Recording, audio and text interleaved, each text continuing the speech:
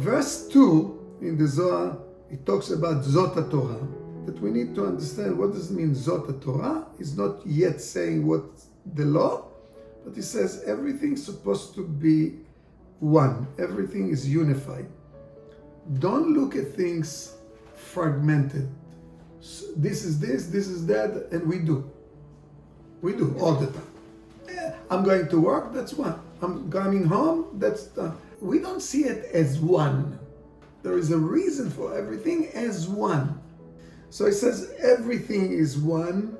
And why they said ve'zot HaTorah, like when we say ve'ahavta le'acha kamocha, love your friend, it's also ve in regular Hebrew, or translated to English, ve it means and this, and that.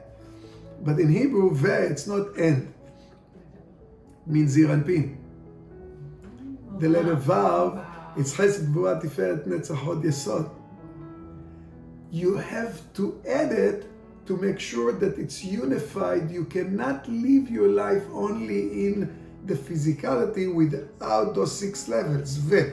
And if you do, well, you're going to pay. Somehow, you're going to pay. You don't understand that you're going to pay for it, but that's how it works. He says it cannot be separation. And he says the Vav is Zir Anpin, clearly. And it's a law. Zot, it's Nukba, it's female.